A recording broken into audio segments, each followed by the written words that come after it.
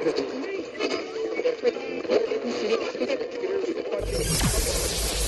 ready for unique, rare, and little-known treasures from the golden age of radio. You're listening to The Amazing World of Radio with Adam Graham.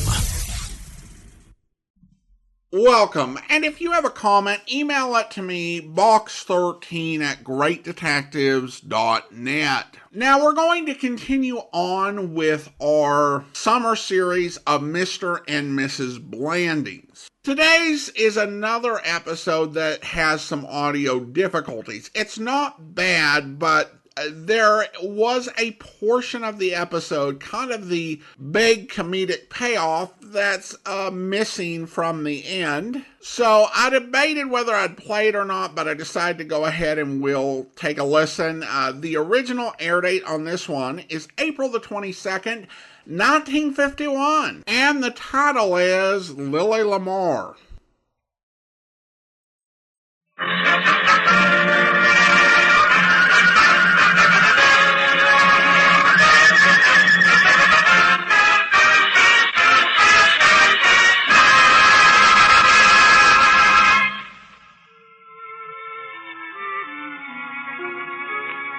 Presenting Cary Grant and Betsy Drake as Mr. and Mrs. Blandings in a new series based on Eric Hodgins' best-selling novels, Mr. Blandings Builds His Dream House and Blandings Way. Did you know that TWA Skyliners in 1950 flew more than 61 million miles, or the equivalent of 2,440 trips around the world? You love to fly high up in the sky. You ride the airwaves, starry stairways. Smoother and swifter, flying so high. And the best way to fly, TWA.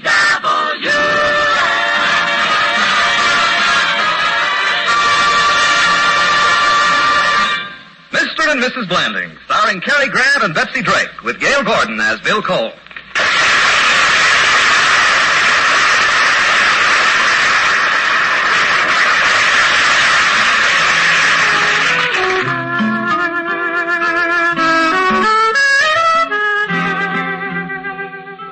For every man, there is one name out of the past that will always strike a responsive chord. For some, it's Dorothy. For others, it's Lois. For still others, it could be even Matilda. But for Jim Blandings, it's...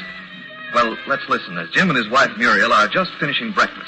The telephone rings, Jim answers, and the voice of his friend Bill Cole says, Jim, guess who's in town? How should I know? Who? Gloria Pickett. Well, Jim, say something. I can't. I'm still vibrating. Imagine, after all these years, Gloria Pickett. Bill, don't say that name again. I'm not strong enough. Jim, what's that noise? Noise?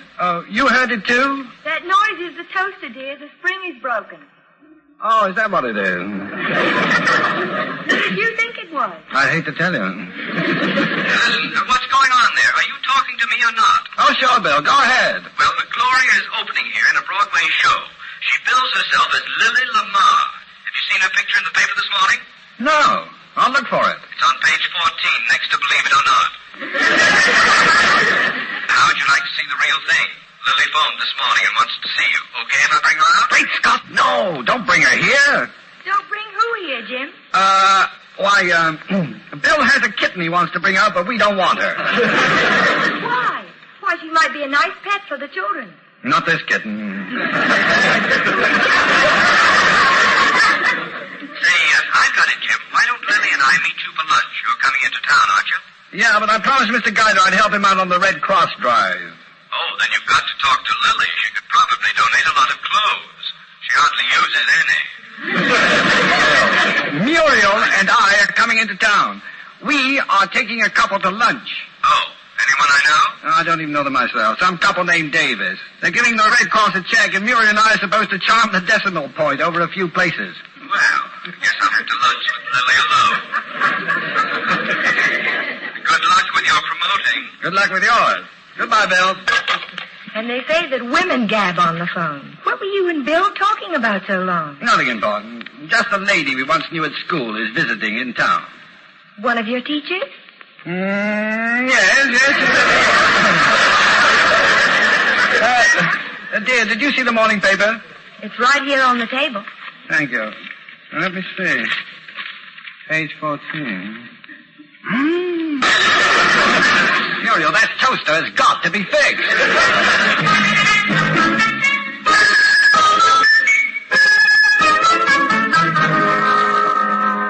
Jim mentioned a luncheon appointment with a Mr. and Mrs. Davis. This happy couple live their perpetual honeymoon in an apartment in Midtown, New York. At the moment, we find them at breakfast in their usual gay, affectionate mood. Meet, if you will, Popsy and Bunny. Popsy. Popsy. Popsy. Look, Bunny, if I told you once, I told you 1,000 times. Don't talk to me till noon. Don't talk to me till noon. Don't talk to me till noon. You didn't used to feel that way. So? Funny what a couple of years of marriage will do. What a couple of years of marriage has done to you ain't funny. Can you have it quiet? All right. I'm quiet like a mouse. Squeak. Now, Bunny. It just slipped out. What are you doing with that newspaper? I'm reading. Your lips ain't moving. Let me see what you're staring at. I might have known. The curvaceous Lily Lamar. Well, it just happens that I happen to be glancing at a picture. Stop glancing. Your eyeballs are moving back and forth over that picture like it was printed in Braille. Well, quite looking at that Lamar. Oh, she is loaded with glamour. Glamour? Believe me, what she's got, I've got. Yeah, but she's got it where it belongs. What time is it? 11 o'clock. Oh, yeah? Well, then we better get moving if we're going to be in time for that lunch date. Go take the hardware store out of your hair. Who are we eating with? The Blandings. You remember them. We looked at their house one time. How come we're having lunch with them? I don't know. What's talk to me about the money I'm going to give to the Red Cross.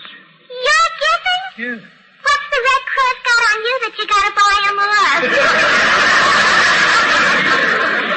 I am not buying them off. I am making a philanthropic contribution.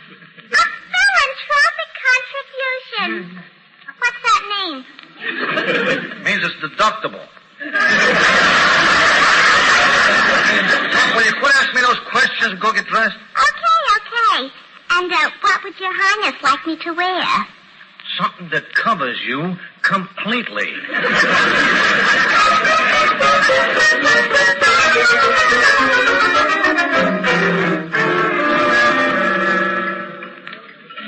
Jim, I'm afraid we're late, and it's my fault for taking so long. Oh, dear trifle, dear. It's worth it. You look adorable. Why, darling, how nice of you to say so. Oh, do you realize you've been complimenting me ever since this morning when Bill called? I have? Yes. It almost seems as though you're trying to prove something. Stop making good guesses. Monsieur Blandings and Madame. Oh, hello, Albert. Good afternoon, Albert. Madame, you look exquisite today, if you will permit me saying so. That's what I like about this restaurant. I don't know about the food, but Albert serves such wonderful adjectives. Albert, we're expected to meet someone here. A Mr. and Mrs. Davis. Have they arrived?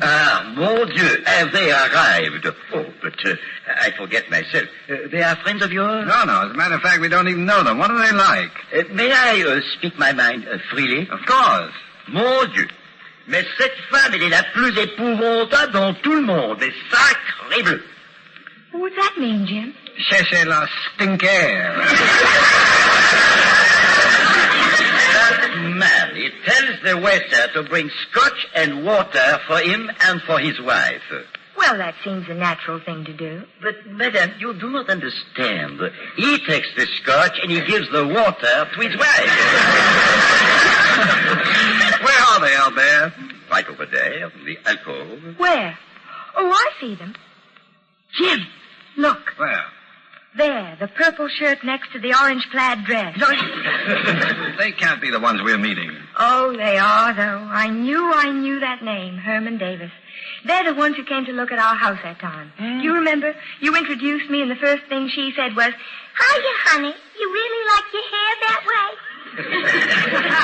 Perhaps you would like another table, or even to leave.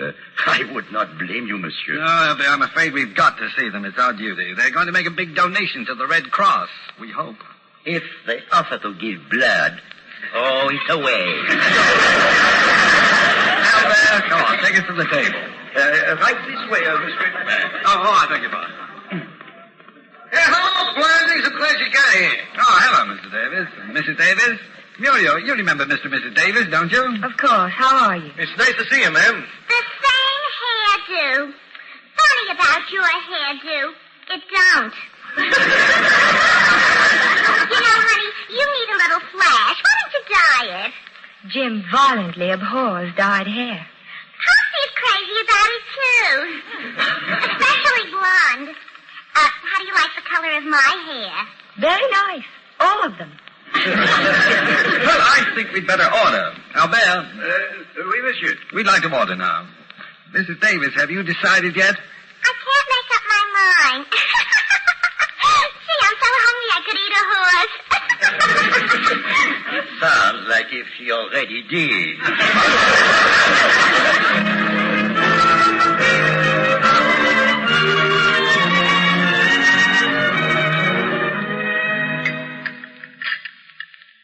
Well, that was a very nice lunch, wasn't it? I thought so. I'm sorry. I think it's a clip joint. Why, Mr. Davis? Look at the crummy little cup of coffee they give me. There ain't enough in it for 2 swallows. But you ordered a demi-tasse. Well, of course. I'm nuts about cheese and crackers. Davis, I bow to your unanswerable argument. Now, if you ladies don't mind our talking a little business for the Red Cross. Oh, hey, look, I didn't think that we'd talk about that here. No? No, you see, we need to go someplace where we can really concentrate, you know? See, I got a lot of problems. Yeah, like how you're going to ditch us girls. Who said anything about ditching you? Just thought that you girls might like to go shopping. Listen, Herman Davis, if you think you're going to... Did you say shopping? Hey, hon, how about that? Oh, I can hardly wait. Although I'd like a chance to. You go ahead, Jim, and we'll meet you at the office at 5. Popsy, you sure this is business? Now, Bonnie, how could you ask such a question? What else could it be? Well, if it's on 2 legs, it could be a woman. And if it's on 4 legs, it could be 2 women. Well, come on, Mr. Blandings. We'll pay the check on the way out. All right. We'll meet you at 5. Goodbye, dear. Bye, darling. Well, your wife is a bit suspicious, isn't she? Yeah. How do you like the nerve of that? That is the most ridiculous thing that I ever heard of. I sympathize. Now, shall we go to my office to discuss our business? Business?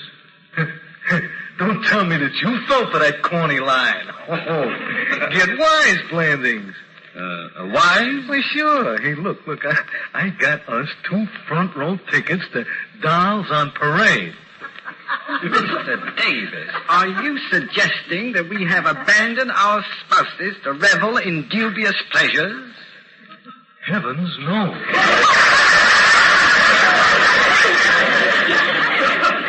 We just ditched them to live a little. Oh, boy, they got a doll in this show that is called Lily Lamar. And Lily Lamar? Yeah. Mr. Davis, I don't think I should go. I don't think I'd enjoy that show. Now, look, Blandings, your voice has changed.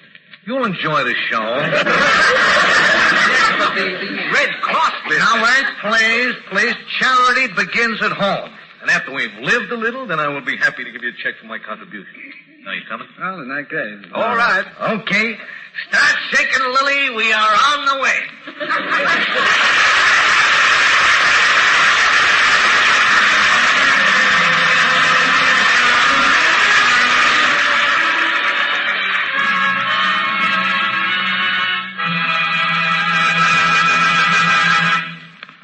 Say, what's the United States mean to you? What does it mean to people in foreign lands? How would you tell those people about our country?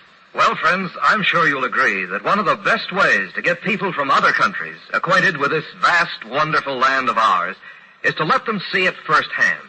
Let them see it in action. And TWA is now doing just that.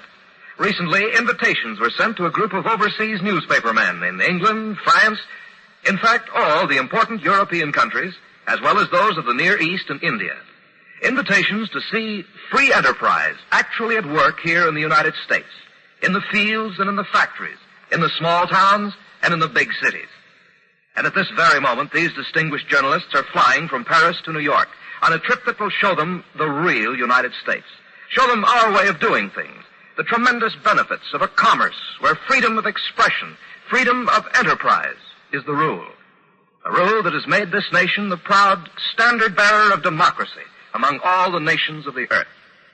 And you know, even before they set foot on U.S. soil, they'll have a practical example of democracy at work. And that's in this TWA flight. A flight that in itself stands for freedom of trade, free competition, a business operating under just government regulations for the common good of the people. A flight that not only promotes the exchange of ideas between countries, but promotes the exchange of trade as well. And thus TWA, Trans World Airlines, is proud to support our State Department's stirring campaign of truth. Through this flight, the truth about our land and our priceless freedom of enterprise will be brought to millions of people throughout the world.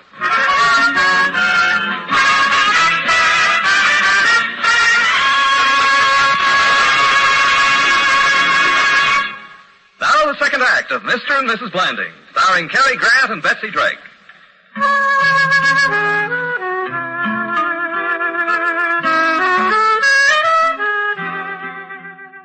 When Jim Blandings' client, Popsy Davis, told his wife Bunny and Jim's wife Muriel that they were going to have a business meeting, it turned out to be what might charitably be called a little white lie.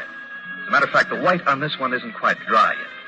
For here they are with front row tickets still clutched in their hot little hands at the intermission of the Broadway show Dolls on Parade. A show which happens to feature one Lily Lamar, an old school friend of Jim's. Now, what do you say? Let's go out and stretch our legs. Yeah, hey, I can hardly stand up. These theater seats are murder. How can you tell? Ah. You only sat on the front edge of yours. Hey, Tony, what do you think them gals jumping around on their toes there, those ballerinas? Ballerinas. Ballerinas, schmallerinas. How'd you get the way they jump around? Hey, you'd have to trip one of them to catch up with her. Of course, you could keep a rope and lasso her. Yeah, like the Tennessee Williams guy. Or hop along Shakespeare. Boy, the doll that I would like to latch on to is that Lily Lamar. Oh, yeah. I could be very happy with a dish like that. Mr. Davis, aren't you forgetting something? Like what? Your wife, Bunny. Please, I'm not well. All the pictures of all the cuties souvenir program, mister. Hey, the Boston, we ain't tourists. You ain't here to listen to music. Hey, if it ain't Popsy the Pigeon. Well, if it ain't my old pal, Freddie the Fate. Hey, who's the square? Blandings the Bumpkin. Hey, tell me, Freddie, what are you doing peddling programs? I heard that you was running a book on Detroit. I thought you was in with the big boys. I was, but I didn't get called up by the chief off a committee, and it ruined my standing. See, how do you like the show? What do you think of Lily? Oh, that Lily, hey, what a dish. Ooh, would I like to meet her. So why don't you? Come backstage with me, and I'll give you a knockdown. Now, wait, look, don't tease an old pal. Who's teasing? Come on back right now. You can see the rest of the show from backstage. Yeah, holy smoke. Hey, Blandings. Oh, what a break, huh? I don't think we'd better go. What's the matter? You nuts or something? No, but I'm catching a cold, and you know how drafty those backstages are. Hey, look, Blandings, with Lily Lamar around, you ain't gonna catch no cold. Come on, let's go backstage.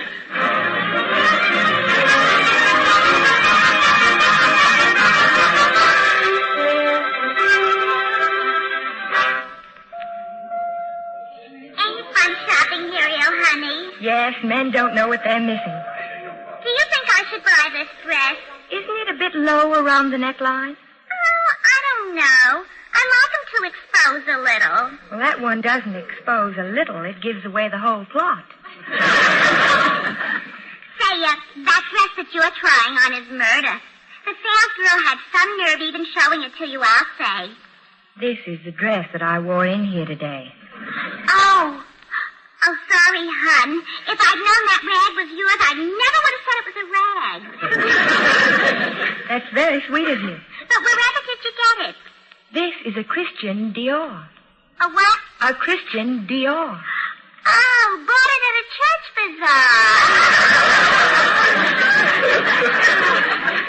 Say, honey, not that I'm the kind that's interested in such things, but there is a very handsome gentleman giving us the once-over.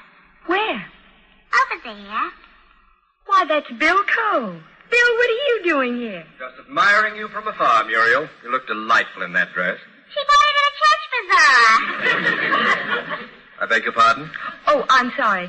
Mrs. Davis, I'd like you to meet Bill Cole. How do you do? I'm very pleased to meet you. My phone number is circle 28530. Mrs. Davis is the wife of a business client of Jim's. Oh, thanks for answering a question I couldn't ask.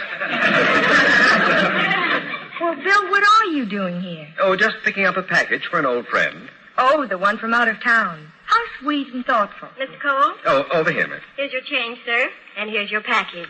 I have the negligee gift wrapped as you wish. Thank you. And thank you for your continued patronage. Gee, Mrs. Blandings, you have such interesting friends. Bill, do you always buy negligees for your old school teachers? Well, all right. I'll confess. I'm just picking this up as a favor for Lily Lamar. Who? Actually, Gloria Pickett. She's an old friend of mine, and... Jim's too, perhaps? Perhaps. And she's not the school teacher Jim mentioned. Well, if Jim said that she... Well, I'm not sure that that's... Then, on the other hand, he might have... Muriel, how are the children? You know, I'd like to see this, Lily. As a matter of fact, I'd be interested in seeing her myself. Well, I'm going to deliver this package to her dressing room now. Why don't you ride over with me? Have we got time? Oh, we got an hour till we meet the boys. Well, let's be on our way.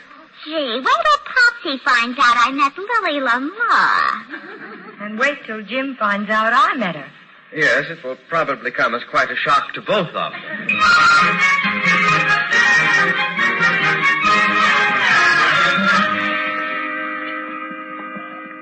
Well, here's our dressing room. Hey, Lily. Lily, got a couple of stage door Johnnies to see you. I am not a stage door Johnny. Just a second. I'm changing. Uh-oh. I'm ready. Guess she didn't have much to change.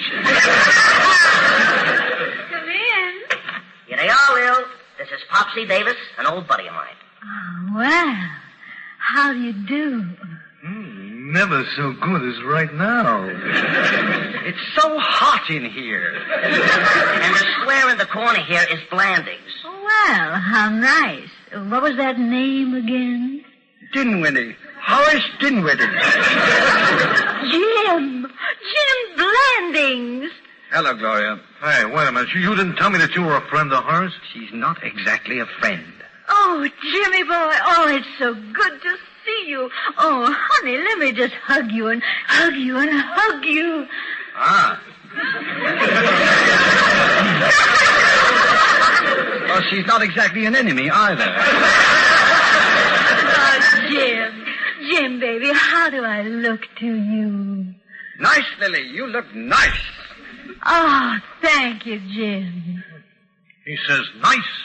She likes it. All these years I've been doing it wrong. I'm going back to hopscotch and work my way up again. Well, it's been nice seeing you, Lily, but I'm afraid I must run along. Oh, but Jimmy boy, you can't just run away now. I want to hear all about you. Well, I'm Podfrey of that dressing room. Amazing the way she blacked his eye. I still don't understand how she did it. Well, she shinned up his leg and hit him with a cold cream jar. Anything like that. Oh, well, we shouldn't criticize. Actually, I guess it just shows she loves him. What do you mean that? Well, of course. Muriel, where are you going? For a stepladder and a jar of cold cream.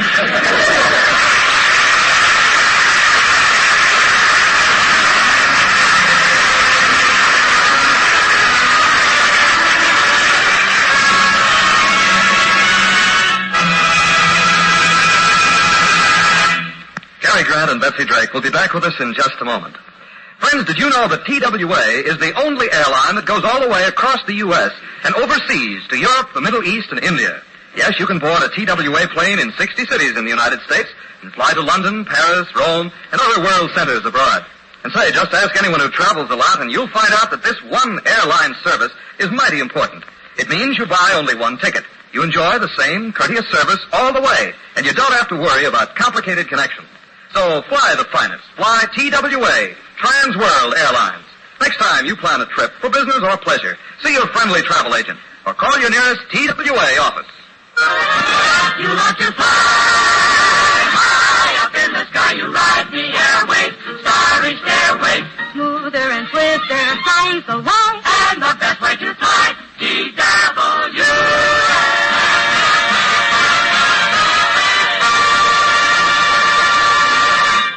Here again are Cary Grant and Betsy Drake. I'll answer it, dear. Hello? Hello, Jim. This is Bill. May I speak with Muriel, please? With Muriel? All right. Yeah, it's for you, dear. Hello? Hello, Muriel. Guess who just flew into town on the TWA Constellation? Who? Flew all the way to New York from San Francisco in just 10 hours and 5 minutes. Isn't the speed of those TWA Constellations amazing? Bill, who just flew into town? And TWA has the world's largest fleet of constellations. Bill, will you please stop teasing me and tell me who came to town? All right. It's an old flame of yours. Bill, don't tell me. That's right. Horace Dinwiddie. What is it? Nothing. And please fix that toaster. Muriel, that toaster has been fixed.